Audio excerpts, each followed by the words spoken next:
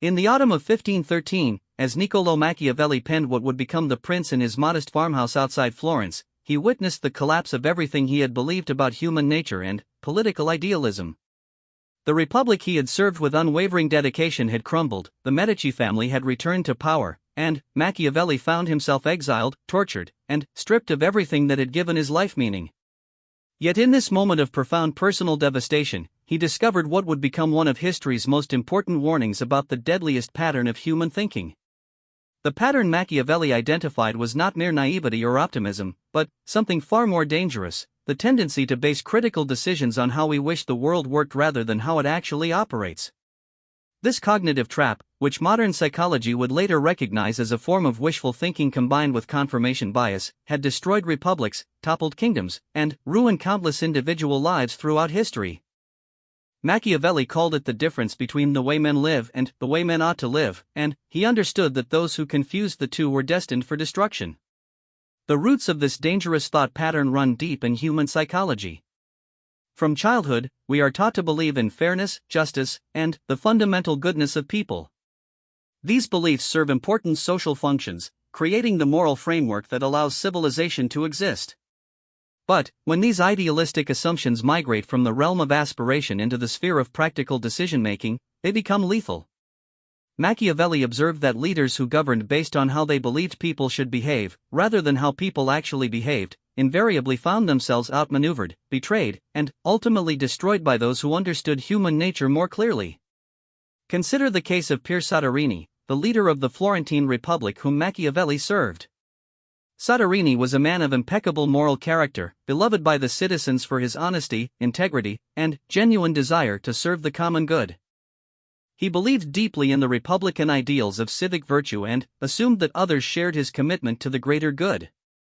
When faced with the growing threat of the Medici family's return to power, Soderini chose to trust in the loyalty of the citizens and the strength of republican institutions rather than take the harsh preventive measures that Machiavelli and others advised. Soderini's idealistic worldview blinded him to the reality that many citizens cared more about their personal safety and economic interests than abstract republican principles. When Pope Julius II began pressuring Florence to restore the Medici, and Spanish troops appeared at the city's gates, the same citizens who had praised Soderini's virtue quickly calculated that their interests lay in accommodation rather than resistance. The Republic fell not because its ideals were wrong, but because its leader had confused aspiration with reality, wish with fact. This pattern repeats itself across history with tragic regularity. In the business world, entrepreneurs who assume that customers will make rational decisions based on product quality often find themselves outcompeted by those who understand that purchasing decisions are primarily emotional. In personal relationships, individuals who believe that love conquers all frequently discover that relationships require constant work, compromise, and strategic thinking to survive. In international relations, nations that base their foreign policy on the assumption that other countries share their values consistently find themselves blindsided by realpolitik calculations. The danger of this thought pattern lies not in its moral content, indeed, the ideals it encompasses are often noble and worthy, but in its practical application. When we make decisions based on how we wish people would behave rather than how they actually behave, we systematically underestimate risks, overestimate cooperation, and fail to prepare for the inevitable challenges that arise when reality conflicts with our expectations. Machiavelli's insight went deeper than simple cynicism about human nature. He understood that the problem was not that people are inherently evil, but that they are inherently complex, driven by a mixture of self-interest, fear, ambition, loyalty, and circumstance. In times of stability and prosperity, people often do act according to higher ideals. But, when pressure mounts, when resources become scarce, or when survival is at stake, even good people will prioritize their immediate interests over abstract principles. Leaders who fail to account for this predictable shift in behavior set themselves and their followers up for catastrophic failure. The psychological mechanisms underlying this dangerous thought pattern are well documented by modern research. Humans possess a powerful tendency toward optimism bias, consistently overestimating the likelihood of positive outcomes and underestimating risks. We engage in motivated reasoning, interpreting ambiguous information in ways that confirm our existing beliefs and desires. We fall victim to the planning fallacy, assuming that our projects will proceed smoothly despite abundant evidence that complications are the norm rather than the exception. These cognitive biases served our ancestors well in many contexts. Optimism encouraged exploration and risk-taking necessary for survival and progress. The ability to maintain hope in the face of adversity helped humans persevere through difficult times. But, in complex strategic situations, these same mental tendencies become vulnerabilities that can be exploited by those who think more clearly about incentives, constraints, and human nature. The tragedy of idealistic thinking is that it often produces the opposite of its intended effects. Leaders who trust too readily invite betrayal.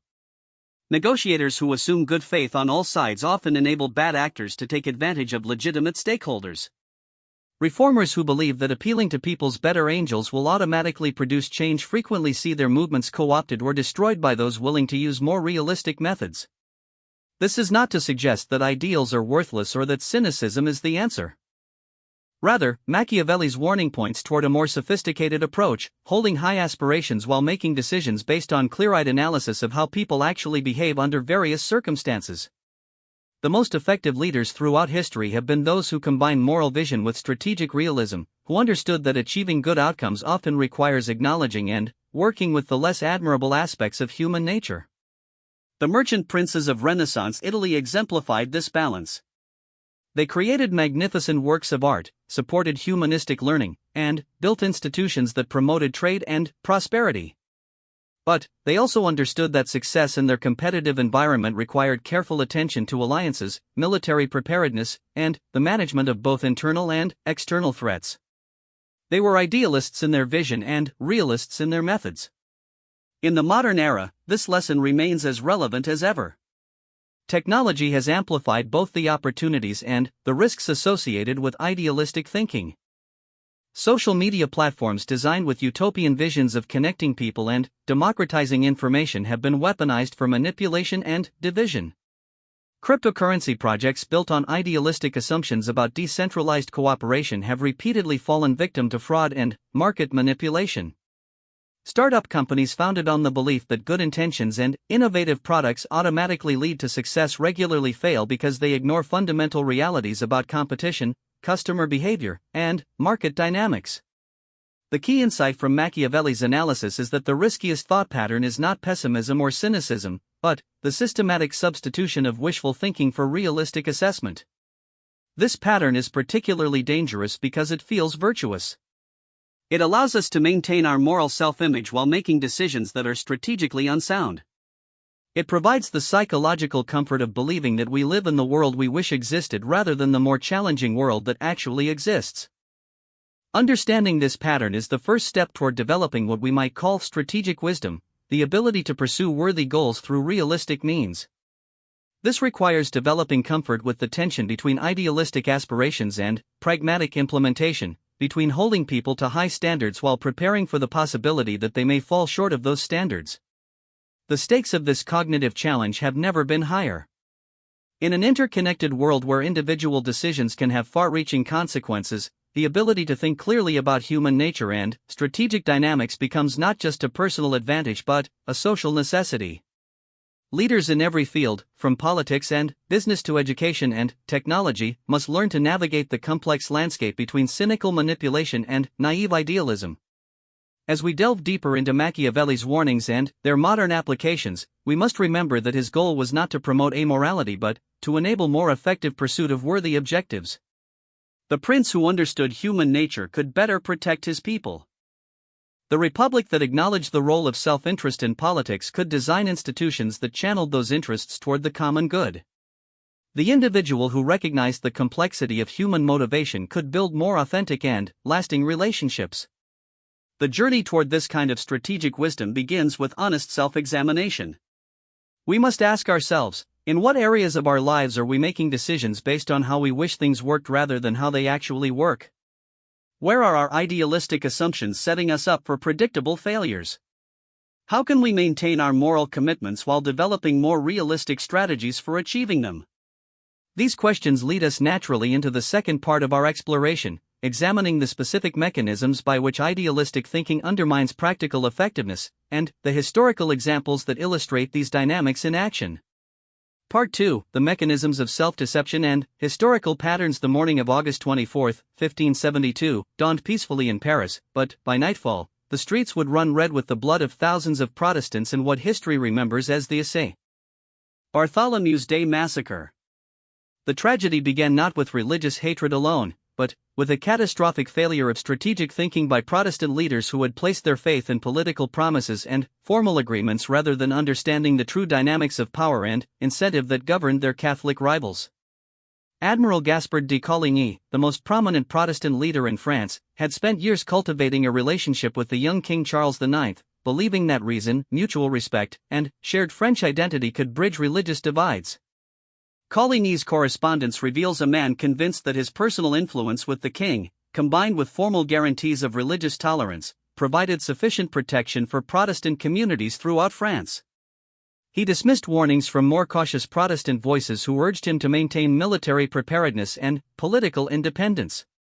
The admiral's thinking exemplified the dangerous pattern Machiavelli had identified decades earlier.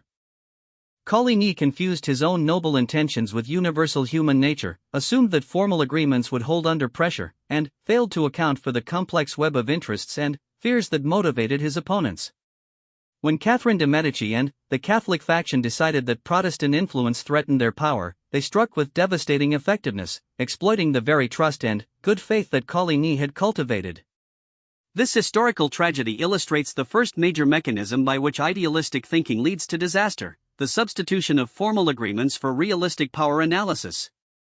Throughout history, individuals and groups have placed excessive faith in contracts, treaties, and promises while failing to understand that such agreements only hold when they serve the ongoing interests of all parties involved. When circumstances change and interests diverge, formal documents provide little protection against those willing to break them. The Roman Republic offers another instructive example. For centuries, Roman politicians had operated according to informal norms and traditions that constrained ambition and prevented any individual from accumulating too much power. The mos maiorum, the way of the ancestors, was considered sufficient to maintain republican government without the need for rigid constitutional restrictions. This system worked as long as all participants shared a common commitment to republican values and faced relatively similar constraints. But, as Rome's conquests brought vast wealth and power into the hands of individual generals, and as the traditional Roman citizen farmer class gave way to urban masses dependent on patronage, the incentive structure that had supported republican norms began to break down. Politicians like Marius, Sulla, Pompey, and ultimately Julius Caesar discovered that they could gain more by breaking traditional constraints than by observing them. The Roman Senate, still thinking in terms of traditional honor and precedent, proved incapable of responding effectively to this new reality. The senators who opposed Caesar were not foolish or cowardly men. They were intelligent, experienced politicians who had spent their lives mastering the traditional rules of Roman politics. But they had committed the fundamental error of assuming that the system that had worked in the past would continue to work under radically changed circumstances. They confused their own attachment to republican ideals with universal commitment to those ideals, and they failed to understand that Caesar's power base came precisely from people who had little stake in traditional republican institutions. This pattern, the failure to recognize when circumstances have fundamentally altered the game being played, represents the second major mechanism of strategic blindness. Many of the most devastating surprises in history have occurred when established institutions and their leaders continued operating according to outdated assumptions about how their environment functioned. The French aristocracy in the years leading up to 1789 provides a particularly stark example. The nobility had spent centuries developing elaborate codes of honor, precedence, and privilege that made sense within a feudal system where military prowess and personal loyalty were the primary sources of political power. But, by the 18th century, economic development had created new sources of wealth and influence, Enlightenment ideas had undermined traditional justifications for hierarchy, and the monarchy's fiscal crises had made the existing system unsustainable. Rather than recognizing these fundamental changes and adapting accordingly, most nobles doubled down on traditional privileges and assumptions. They believed that their historic role and formal status would protect them, that the king's authority would ultimately support them, and that the common people could be managed through the same combination of paternalism and force that had worked for centuries. Even as late as 1788, many aristocrats viewed the calling of the Estates General as an opportunity to restore their traditional influence rather than a sign that the entire system was collapsing. The third mechanism of strategic blindness involves the tendency to project our own values and reasoning processes onto others who operate from fundamentally different premises. This cognitive error leads to systematic misunderstanding of opponents' motivations and capabilities, resulting in strategies that play directly into their strengths while failing to address their actual vulnerabilities. Napoleon's invasion of Russia in 1812 demonstrates this pattern with tragic clarity.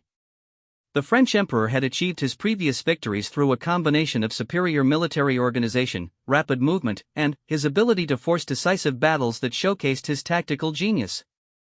This approach had worked brilliantly against European armies that shared similar military traditions and political constraints. Napoleon assumed that the Russians would fight according to the same logic, seeking to defend their territory through conventional engagements that would allow him to destroy their army and dictate terms. But Tsar Alexander I and his advisors understood that Russia's vast territory and harsh climate provided strategic advantages that could only be exploited through patience and sacrifice. Rather than meeting Napoleon's expectations for conventional warfare, they pursued a strategy of strategic withdrawal, scorched earth tactics, and winter warfare that turned Napoleon's strengths into weaknesses. The Grande Armée that had conquered Europe found itself overextended, undersupplied, and ultimately destroyed by an opponent who refused to play by the expected rules. Napoleon's error was not simply military but psychological. He projected his own preference for decisive action and direct confrontation onto an enemy who was perfectly willing to accept short-term losses in pursuit of long-term victory.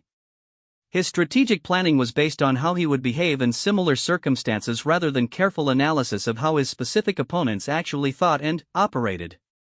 This pattern repeats itself in business environments with remarkable regularity. Companies that have achieved success through innovation and quality often assume that these factors will continue to provide competitive advantage even as markets mature and customer priorities shift. They project their own values, technological excellence, elegant design, or superior performance onto customers who may be more concerned with price, convenience, or social signaling. The technology industry provides numerous examples of successful companies that failed to recognize when the basis of competition in their markets had fundamentally changed. Companies like BlackBerry, which dominated business communications through superior email functionality and security, failed to understand that consumers valued entertainment, social networking, and ease of use over the technical features that had made BlackBerry devices essential for professionals. Even when presented with clear market data showing shifting preferences, company leaders often dismissed these trends as temporary or irrelevant, assuming that rational customers would eventually recognize the superiority of their approach. The fourth mechanism involves the dangerous comfort that comes from surrounding ourselves with like-minded people who share our assumptions and reinforce our existing beliefs. This echo chamber effect was as problematic in Machiavelli's time as it is today, leading to collective delusions that can persist even in the face of mounting contradictory evidence.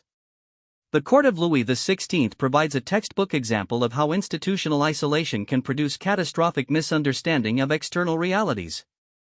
The elaborate etiquette and social hierarchies of Versailles created a closed world where traditional assumptions went unchallenged and where access to power depended on conformity to established norms rather than accurate assessment of changing conditions. Courtiers who pointed out uncomfortable truths about fiscal problems, social unrest, or the need for fundamental reforms found themselves marginalized, while those who provided reassuring interpretations of events gained influence and access. This dynamic created a systematic bias toward optimistic and conservative assessments that reinforced the status quo while screening out information that suggested the need for dramatic change. Even well-intentioned individuals within this system found themselves gradually adopting the assumptions and perspectives necessary for social and political survival, creating a collective blindness that persisted until external events made denial impossible.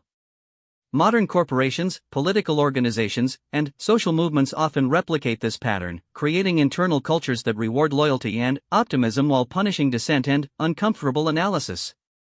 The resulting groupthink can lead to spectacular failures even when individual members of the organization possess the knowledge and skills necessary to identify emerging problems. The fifth and, perhaps most subtle mechanism involves the gradual erosion of strategic thinking through success and comfort. Individuals and institutions that have achieved their goals through particular methods often become psychologically invested in those approaches, making it difficult to recognize when circumstances require fundamentally different strategies. The Venetian Republic, which Machiavelli studied carefully, illustrates both the power and the limitations of this dynamic. For centuries, Venice had prospered through a combination of commercial innovation, naval power, and diplomatic flexibility. The Venetian system of government, with its complex checks and balances designed to prevent any individual from accumulating too much power, had created remarkable stability and prosperity in a turbulent world. But the very success of this system made it difficult for Venetians to adapt when the fundamental basis of their power began to shift. The discovery of sea routes to Asia around Africa and to the Americas reduced the importance of Venice's traditional role as an intermediary in Mediterranean trade. The rise of large territorial states with professional armies made Venice's reliance on mercenaries and diplomatic maneuvering increasingly inadequate. The Protestant Reformation and the Catholic Counter-Reformation created new sources of conflict that didn't fit within Venice's traditional framework of pragmatic accommodation. Rather than recognizing these changes and undertaking fundamental reforms, Venetian leaders tended to view each challenge as temporary and manageable within their existing framework. They possessed the wealth and sophistication to purchase short-term solutions to immediate problems, which created the illusion that their traditional methods remained effective. Only gradually did it become apparent that Venice was becoming increasingly irrelevant in a world that had moved beyond the assumptions on which its success had been built. This pattern, the inability of successful systems to recognize when their foundational assumptions have become obsolete, represents one of the most profound challenges in strategic thinking. Success creates psychological and institutional momentum that resists change, even when that change is necessary for survival. The very capabilities that produced past achievements can become obstacles to future adaptation. Understanding these mechanisms of self-deception is essential for developing the kind of strategic wisdom that Machiavelli advocated. But recognition alone is insufficient. We must also examine how these patterns manifest in our contemporary world and develop practical approaches for avoiding their traps. This leads us to the third and final part of our exploration, the modern applications of Machiavelli's warnings and the development of more realistic approaches to strategic thinking. Part 3, Modern Applications and the Path to Strategic Wisdom. In the gleaming conference room of a Silicon Valley startup in late 2021, 27-year-old CEO Jessica Chen faced a choice that would determine whether her company survived or joined the growing list of pandemic-era business casualties. Her artificial intelligence platform for remote work optimization had gained significant traction during the height of COVID-19 restrictions, reaching 2 million users and attracting $50 million in venture capital funding. But, as vaccines rolled out and companies began returning to office work, user engagement was dropping precipitously, and her cash runway was shrinking faster than anyone had anticipated. Chen's initial response exemplified the dangerous thought pattern that Machiavelli had warned about 5 centuries earlier. She had built her company around the idealistic belief that remote work represented a permanent transformation in how people approached their careers, driven by rational recognition of improved productivity and work-life balance. Her business plan assumed that once people experienced the benefits of remote work, they would naturally resist returning to traditional office environments. The declining metrics, she initially argued to her board, represented temporary adjustment as companies worked through transitional challenges. This interpretation allowed Chen to maintain her vision of the company's mission while avoiding the more difficult reality that many employees' preferences for remote work were more situational and complex than her model assumed. When given the choice between remote flexibility and in-person collaboration, career advancement opportunities, and social connection, significant numbers of workers were choosing hybrid or fully in-person arrangements. Her platform's value proposition, while rational and well-designed, was losing relevance as the circumstances that had made it essential changed. Chen's story illustrates how the fundamental mechanisms of strategic blindness that destroyed princes and republics in Machiavelli's era continue to operate in our modern technological environment. The speed and complexity of contemporary change have amplified rather than eliminated these cognitive traps, creating new varieties of old problems while making the consequences of strategic errors more immediate and severe. The first major area where Machiavellian insights apply to modern life involves the tendency to base critical decisions on how we believe markets, customers, or colleagues should behave rather than how they actually behave under various pressures and incentives. The business world provides countless examples of entrepreneurs and executives who design strategies around idealistic assumptions about rational decision-making, only to discover that human choices are driven by complex psychological, social, and emotional factors that resist neat logical analysis. Consider the fate of many cryptocurrency projects launched during the 2020 to 2022 boom cycle. Brilliant technologists created innovative protocols designed to solve real problems in finance, governance, and digital ownership. Many of these projects were built on the assumption that users would make decisions based on technical merit, long-term value creation, and rational assessment of underlying technology.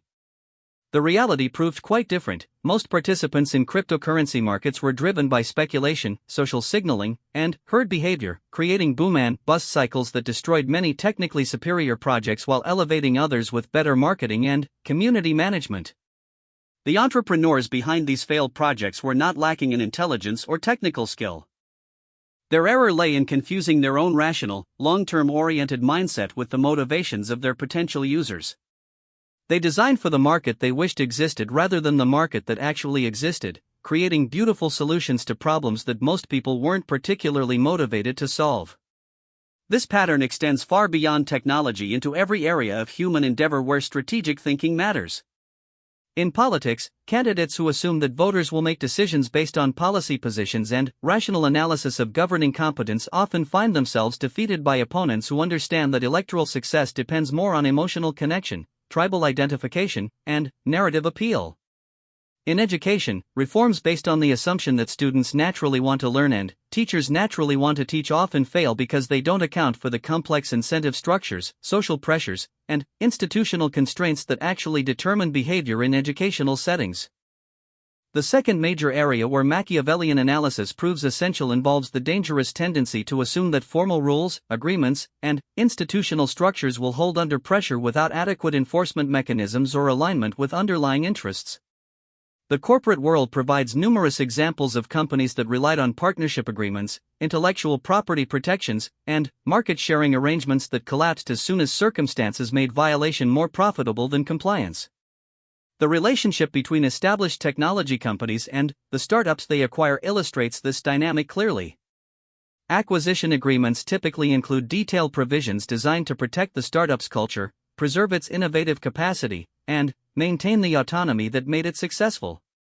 But these formal protections often prove inadequate when the acquiring company faces pressure to integrate systems, reduce costs, or pursue strategic directions that conflict with the startup's original mission.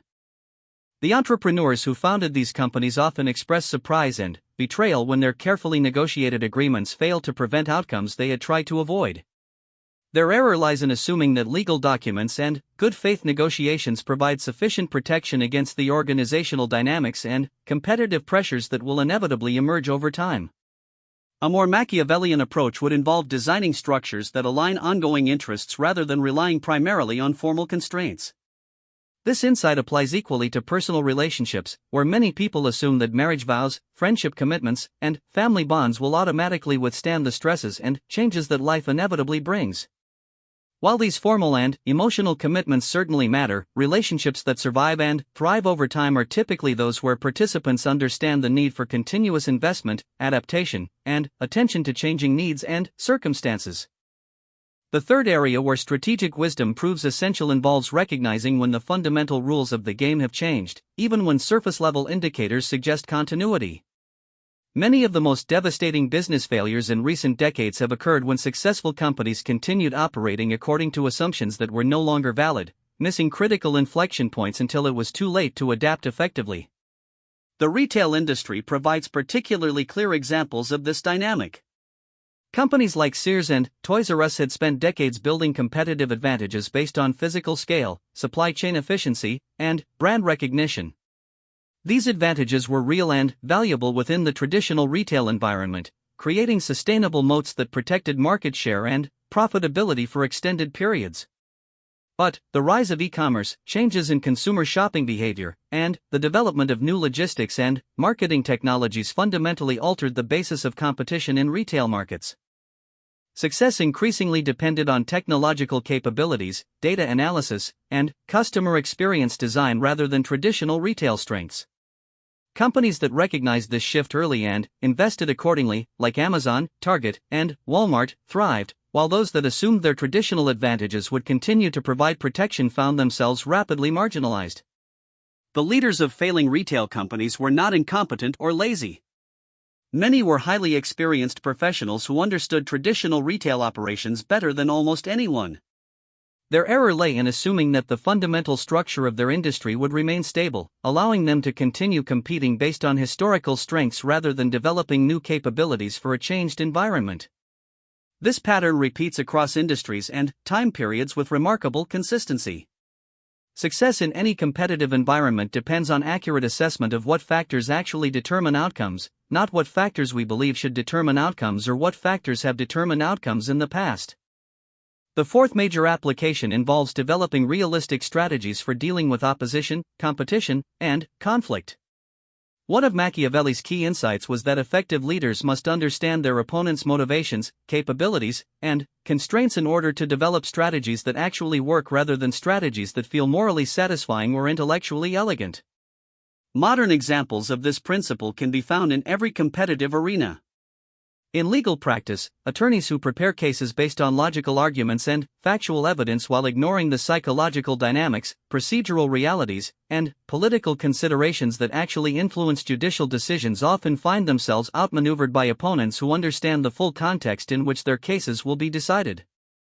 In business negotiations, executives who focus primarily on creating win-win solutions while failing to understand their counterparts' true priorities, constraints, and alternatives frequently leave value on the table or agree to terms that prove unstable over time. The most effective negotiators combine genuine interest in mutual benefit with clear-eyed analysis of leverage, incentives, and realistic alternatives for all parties. In academic and professional environments, individuals who assume that merit and hard work will automatically lead to recognition and advancement often find themselves passed over by colleagues who better understand the social, political, and institutional factors that actually influence career progression. The key insight is not that merit doesn't matter or that moral considerations should be abandoned, but rather that effective strategy requires understanding and working with the full range of factors that influence outcomes, not just the factors we wish were most important. Developing this kind of strategic wisdom requires cultivating several specific mental habits and practices that run counter to natural human tendencies. The first involves systematically questioning our own assumptions and seeking out information that contradicts our preferred narratives. This is psychologically difficult because it requires acknowledging uncertainty and complexity in situations where we strongly prefer clarity and confidence. One practical approach involves creating formal processes for examining our reasoning and gathering contrary evidence. Before making important decisions, we can ask ourselves, what would have to be true for this strategy to fail? What evidence might suggest that our assumptions are incorrect? Who might have incentives to provide us with inaccurate information, and how can we verify critical facts independently? Another approach involves deliberately seeking out perspectives from people who have different backgrounds, interests, and incentives than we do. This is particularly important for leaders and decision-makers who may find themselves surrounded by people who have professional or social reasons to agree with their views. The second mental habit involves developing comfort with ambiguity and complexity. Machiavellian strategic wisdom does not promise simple answers or moral clarity. Instead, it requires navigating situations where multiple legitimate interests conflict, where short-term and long-term considerations point in different directions, and where all available options involve significant risks and trade-offs. This means learning to make decisions with incomplete information while remaining alert to new evidence that might require course corrections. It means developing strategies that can adapt to changing circumstances rather than rigid plans that depend on specific assumptions proving correct. It means accepting that effectiveness often requires working with people whose motivations and methods we find distasteful, while maintaining our own ethical boundaries and long-term objectives. The third habit involves thinking systematically about incentives, constraints, and unintended consequences. Rather than assuming that people will behave according to our expectations or stated policies, strategic wisdom requires analyzing what behaviors different structures actually encourage and what results they are likely to produce over time. This applies to everything from organizational design and compensation systems to personal relationships and political institutions. The question is not whether people should respond to incentives in particular ways, but how they will actually respond given human nature and practical constraints. Jessica Chen's story, which opened this section, ultimately illustrates both the dangers of idealistic thinking and the potential for strategic adaptation. After her initial resistance to acknowledging changing market conditions, Chen eventually recognized that her company's survival required fundamental pivoting rather than tactical adjustments.